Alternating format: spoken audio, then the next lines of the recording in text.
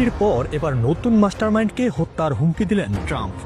ইরানের আকাশ থেকে খামেনির মৃত্যুর শোকের ছায়া যেতে না যেতেই নতুন উত্তেজনার জন্ম দিলেন মার্কিন প্রেসিডেন্ট ডোনাল্ড ট্রাম্প। সর্বোচ্চ নেতা আয়াতুল্লাহ আলী খামেনিকে হত্যার পর এবার তার উত্তরসূরির নতুন সুপ্রিম লিডারকেও সরাসরি হত্যার হুমকি দিয়েছেন ট্রাম্প। ট্রাম্পের হুঙ্কার, এ চেয়ারে যিনি বসবেন তাকেই মৃত অবস্থায় পাওয়া যাবে।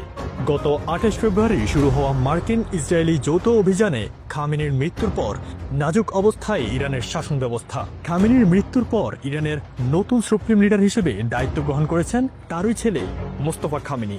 বিপ্লবী গার্ড বাহিনীর প্রভাবে অ্যাসেম্বলি অফ এক্সপার্টস তাকে এই পদে নির্বাচিত করেছেন। দীর্ঘ সময় ধরে পদ্মার আড়ালে থেকে ইরানের ক্ষমতার কেন্দ্রবিন্দুতে সক্রিয় থাকা মোস্তফা খামেনি এখন দেশটির সর্বোচ্চ রাষ্ট্রীয় ও ধর্মীয় প্রধান। এবার এই নেতাকেই হত্যার হুমকি দিয়েছে ট্রাম্প। সর্বোচ্চ নেতা খামেনির মৃত্যুর পরেও ইরান তার প্রতিরক্ষা ব্যবস্থা ও প্রতিশোধের নীতি থেকে সরবে না, কিন্তু ট্রাম্প প্রশাসনের লক্ষ্য এখন আরও সুদূর প্রসারী। তবে ইরান ইন্টারন্যাশনালের লাইভ প্রতিবেদন অনুযায়ী ট্রাম্প সতর্ক করেছেন, ইরানের নেতৃত্বে যারা আসার চেষ্টা করছেন তাদের পরিণতি হবে খামেনির মতোই।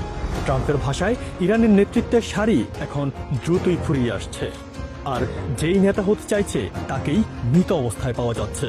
অন্যদিকে মার্কিন সেনাদের মৃত্যুর মিছিল দীর্ঘ হচ্ছে। ইরান এখন কেবল তাদের ক্ষেপণাস্ত্র ভান্ডার নয়, বরং সাইবার হামলা ও মধ্যপ্রাচ্যের মার্কিন ঘাঁটিগুলোতে ড্রোন হামলার মাধ্যমে পাল্টা জবাব দিচ্ছে।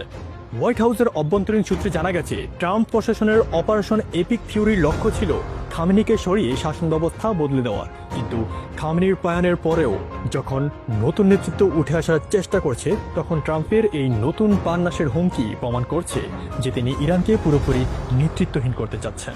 এদিকে বেশিরভাগ মার্কিন নাগরিক এই যুদ্ধের বিপক্ষে। ট্রাম্প হয়তো মনে করছেন কঠোর সামরিক চাপে ইরান নতজানু হবে, কিন্তু বাস্তবতা ভিন্ন। দীর্ঘ নিষেধাজ্ঞার কবলে থাকা ইরান লড়াই করতে অভ্যস্ত।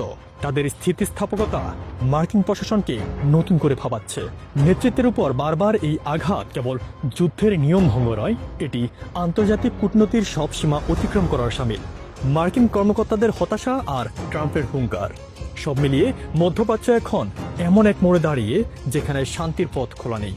খামেনি পরবর্তী ইরান কি টিকে থাকবে, নাকি নতুন লিডার ট্রাম্পের এই হুমকির জবাব দেওয়ার সাহস দেখাবে? সেই উত্তরের অপেক্ষায় এখন পুরো বিশ্ব।